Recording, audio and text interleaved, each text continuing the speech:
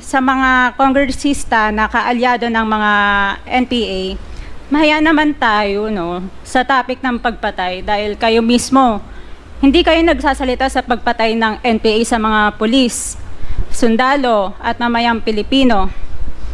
Alam niyo po, Mr. Chair, paulit-ulit yan yung manifestation na yan.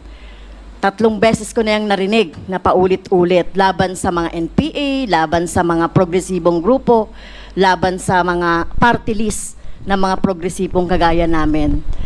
At yung mga tinutukoy niya siguro ay kami yun, no? At talagang nakikita naman natin, ano ba talaga yung intensyon, no? Thank you, Mr. Chair. Good evening po. Just a manifestation. This is a manifestation. Yes, Okay. Chair. Please proceed. Tayo ditong mga kinatawan ay ibinoto lamang ng ilang libong Pilipino. Ngunit ang kasama natin ngayon ang Pangulong Duterte, ang most voted Philippine leader ng 2016. At ang kanyang anak, Vice President Sara Duterte, ang most voted Philippine leader naman ngayong 2022. I would like to manifest na gusto ng sambayanang Pilipino ang pagdurog niya sa mga kriminal, durugista at NPA na terorista. Kaya sila ibinoto at patuloy na mahal ng mga Pilipino. Kaya gusto natin ng patas na hearing. Sana sinama natin dito ang libo-libong mga magulang na ang mga anak ay biniktima ng mga durugista. Ang mga ordinaryong Pilipino na naglalakad galing trabaho, tapos sinaksak o pinatay ng adik, lahat ng mga kababaihan, na kahit pati infant na babae ay ginahasa na ng adik. Libo-libo rin ang kanilang mga magulang at mahal sa buhay na wala dito ngayon.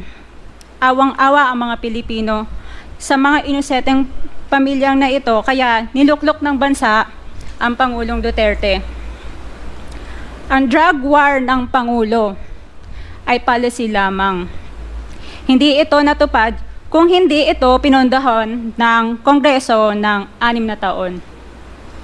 Majority pa nga dito sa mga kinatawan ay naka-Duterte fist pa nung buong 6 na taon eh. Ang Duterte Youth Party List po ay patuloy na naninindigan sa Pangulong Rodrigo Duterte at pangalawang Pangulo, Sara Duterte, na naglingkod ng maayos, dumurog sa mga durugista, kriminal at NPA na terorista para proteksyonan ang milyon-milyong Pilipino. Bakit wala nag-iimbestiga dito o nag-iimbita sa atin sa sobrang raming Pilipino na biniktima ng mga durugista? And lastly, sa mga kongresista na kaalyado ng mga NPA, mahaya naman tayo sa topic ng pagpatay dahil kayo mismo, hindi kayo nagsasalita sa pagpatay ng NPA sa mga pulis, sundalo at mamayang Pilipino. Pati rin po sa mga natitirang resource persons na gusto mag-abogada papuntang ICC, si Attorney Maria Cristina Conti, na kandidato ngayon ng Bayan Muna Party List. Kasama po ang inyong katabi na si Nery Colmenares ng Bayan Muna. Sa NPA, nire-recruit ang mga kabataan para pabagsakin ang gobyerno at pumatay ng mga pulis, sundalo at tropa ng gobyerno. Di nyo naman kinokondena ang pagpatay nila.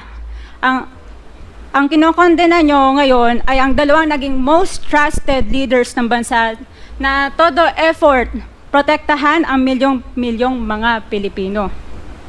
In support sa advocacy sa Pangulong Duterte, ang Duterte Youth Party List ngayon, Kongreso ito, ang kaisa-isang nagpapanukala ng pagbalik ng death penalty para sa mga rapist, kidnappers, durugista at terorista.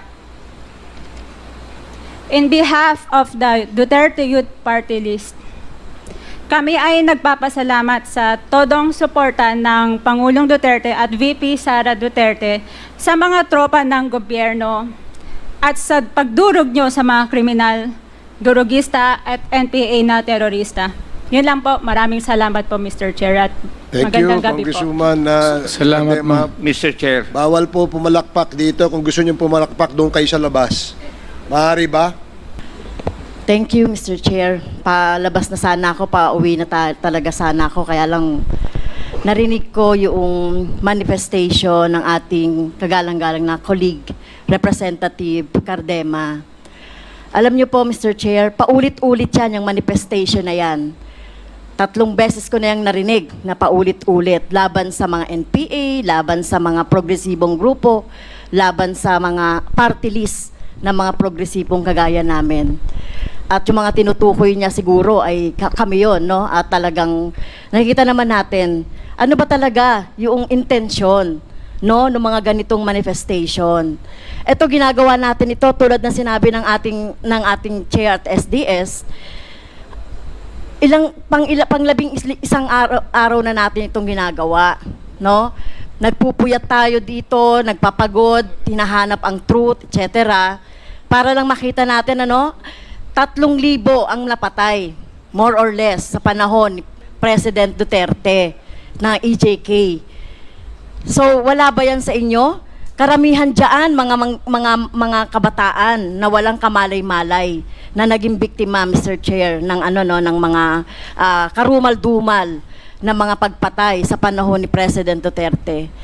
I know idol mo si former President Duterte, Mr. Chair, idol ng ating colleague dito, kahit na yung ating Vice President.